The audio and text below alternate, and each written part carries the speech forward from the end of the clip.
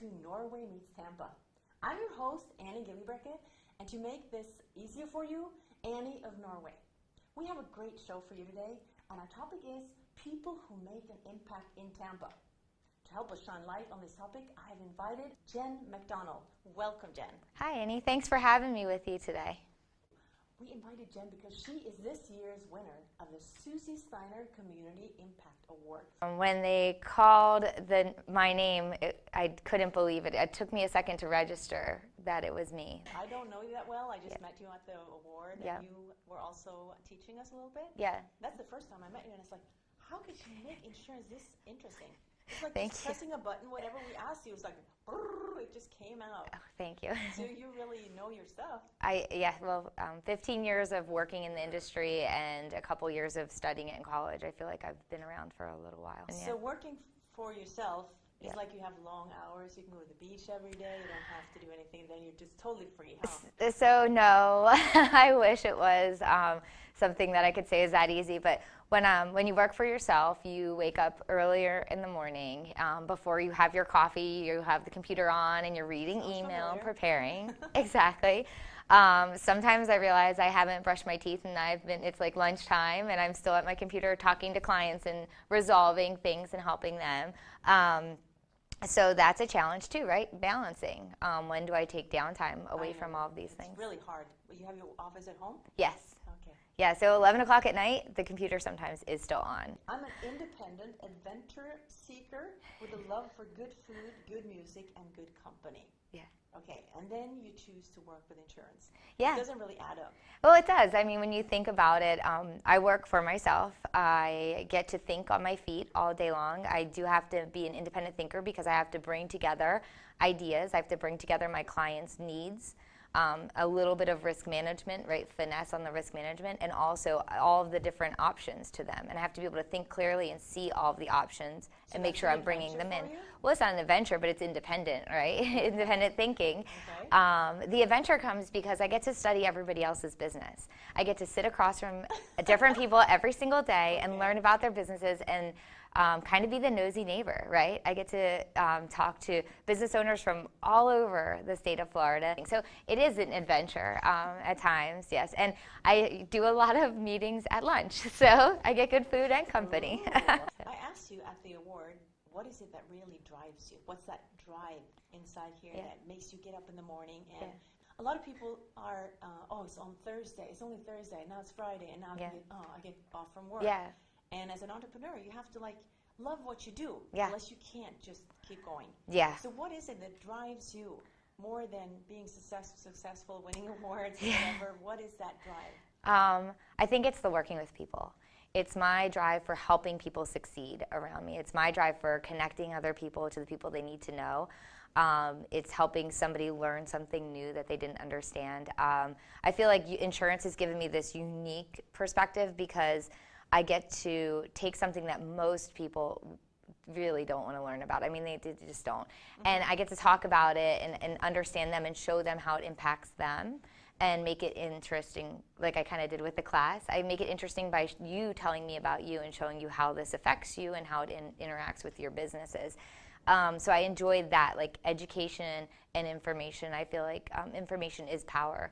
So making an impact has a lot to do with wanting to see other people succeed in what they do. Wanting them to get good insurance or get information enough to be comfortable and not have to worry. Yeah, and a lot of the organizations I work with, I mean, I have such a great opportunity. I work for myself, but I also spend a lot of my time working with other organizations and volunteering my time. And so, I love that give back. I helping other people, reaching out to other people. Just helping. My big thing is connecting people to each other. I think that is such a just fun to see people succeed through relationships that I've helped foster as well. That's just a really great fun thing. As a Norwegian again, I come into places and I say, "Do you know anything about this?" No, but I know this woman who really is good. And I think, why do you just give away your contacts like that? And that seems to be like a lot of people want to do that. Well, there's little value in keeping it to yourself, right? What good does it do for me to hold on to all of my contacts and keep them all here? I mean, really, it's about sharing. It's about helping other people find those resources. And when I came out new into this, marketing world and this environment, other people did the same for me. They sat down at coffee and they said, you need to talk to so-and-so and so-and-so and so-and-so. And I kept going down that path. And since it's contagious. It is and contagious. You want to bring something to the table, and you want to, make an impact or help somebody. You've got it. That's exactly it. That's exactly it. And the more I share with other people, the more they share with me, and we all do better. Thank you so much for coming here, and we'll be right back after this break. I am for the child. I am the voice of a child needing help. How can you help over 3,000 children that are victims of abuse and neglect in Hillsborough County? Start with one. You can make a difference as a guardian ad litem. Start with one. Start with me.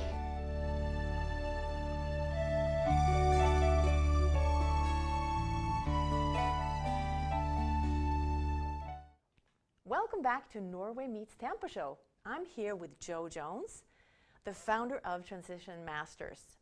I've heard you say that the most qualified people rarely get the job and the best presenters get the nod. What does that mean? That's actually a quote from Lou Adler. Lou's the author of the book Getting Hired, very respected coach, and that's the truth.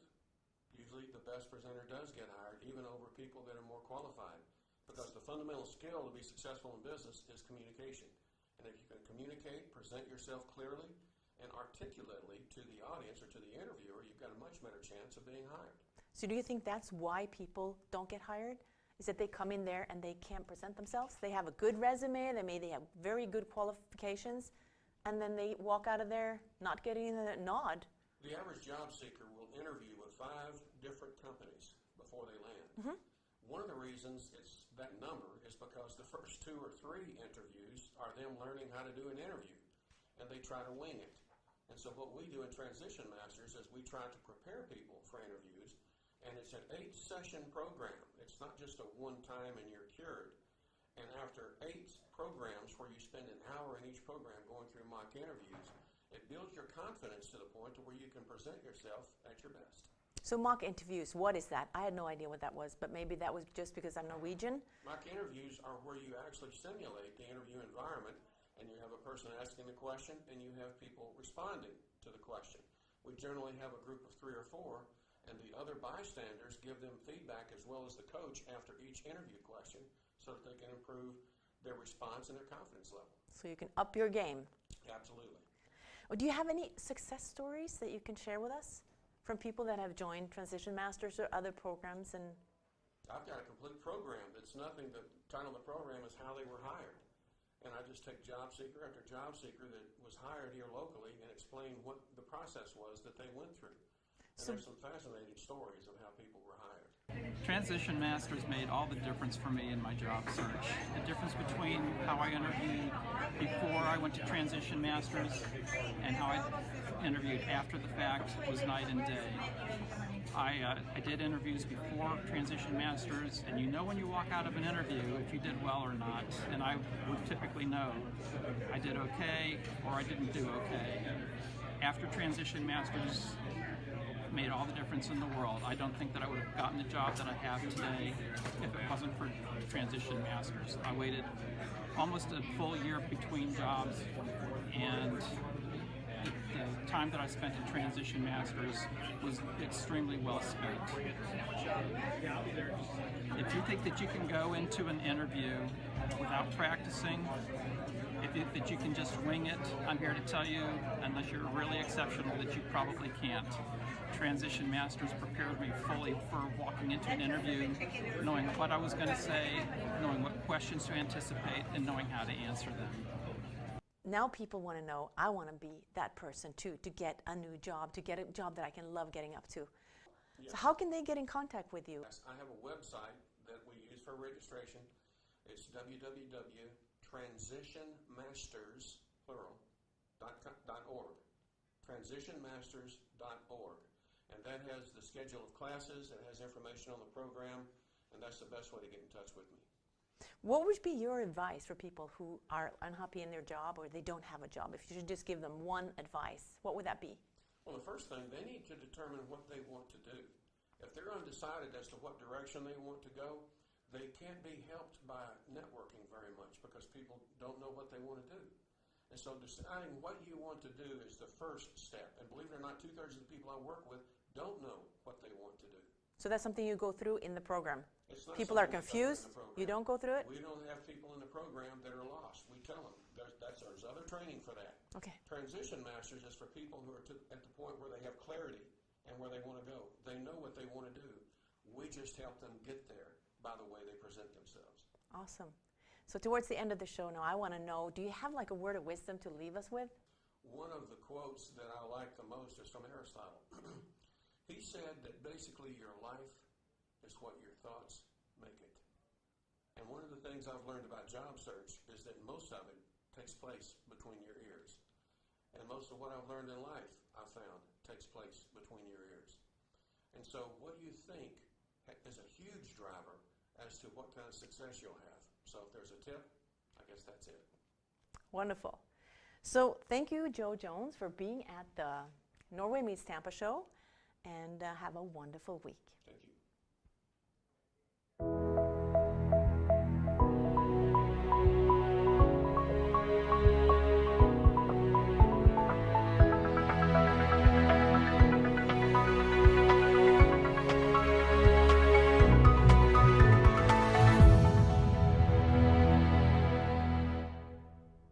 The digital television and media production program here is a very intense hands-on training program. We pride ourselves in teaching our students what it's really like to be out there in the field. There's absolutely a passion here at HCC. Because it's so hands-on, we all just love what we do, and the teachers help us to just fall in love even more with what we want to do. I found that this department here is different because they offer more real hands-on experience and real-life skills that we can take from school directly to work. Students here are learning everything from behind the scenes, in front of the camera. They're learning to be talent. They're having their own radio shows. They have their own TV shows. They're out there like TV crews producing commercial video, news pieces, film projects, you name it. The faculty here is second to none. I believe they have years of industry experience. They have helped students get internships and full-time positions at well-known media entertainment companies around Florida. And also they have given us industry references that we can call upon after graduation. The whole goal is to put your resume together, put your portfolio together, get the internship, make the connections, get out in the field, and get a job. I'm interning right now at Daytime with Channel 8. I never thought I'd be working at a television studio while still in college. It was kind of like an aha moment, like, yeah, this is what I want to do, this is awesome. We have the TV studio, we have the radio studio, we have the camera equipment. So what we want to do is get our students out there with the equipment working so they can produce their reels. I have been involved right from the pre-production to the script writing, to the post-production, to the editing. I'm very grateful to be a part of this television film community. If you like to create, if you like to tell stories, if you like to produce something and actually see results, come to the digital television media production program. You will be so amazed at what you can do. You're never going to find another program like this. It's fun, it's very hands-on, and you're going to make some lifelong friends.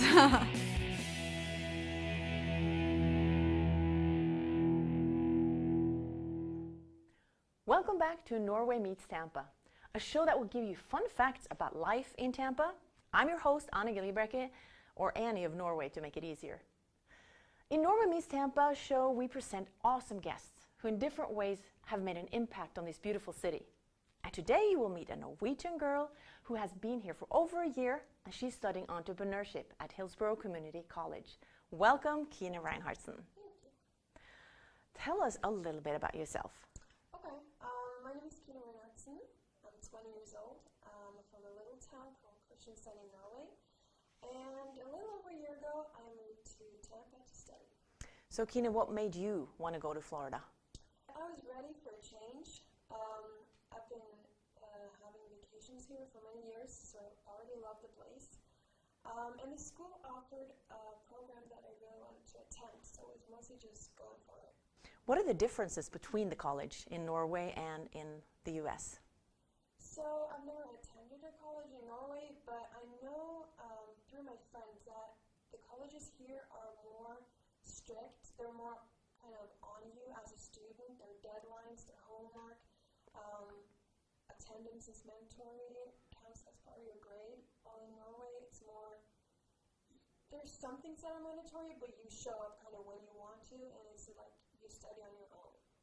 So I prefer it this way, to have somebody kind of kicking me in the butt saying, hey, you need to do this. You're studying entrepreneurship in Tampa. Could you tell us about what the two things that are different between, because they do have entrepreneurship in Norway, don't they? Yes, I know they have similar programs, yes. So why did you go all the way over here when you could get it back home?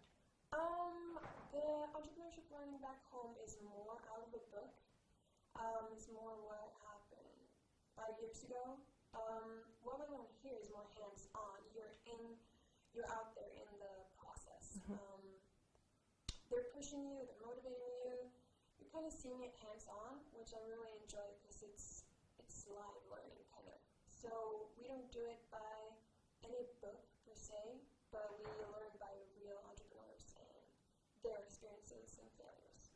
So we can probably say the names of the professors over there? Yeah, we have Professor Gold and Professor Curley, which are amazing.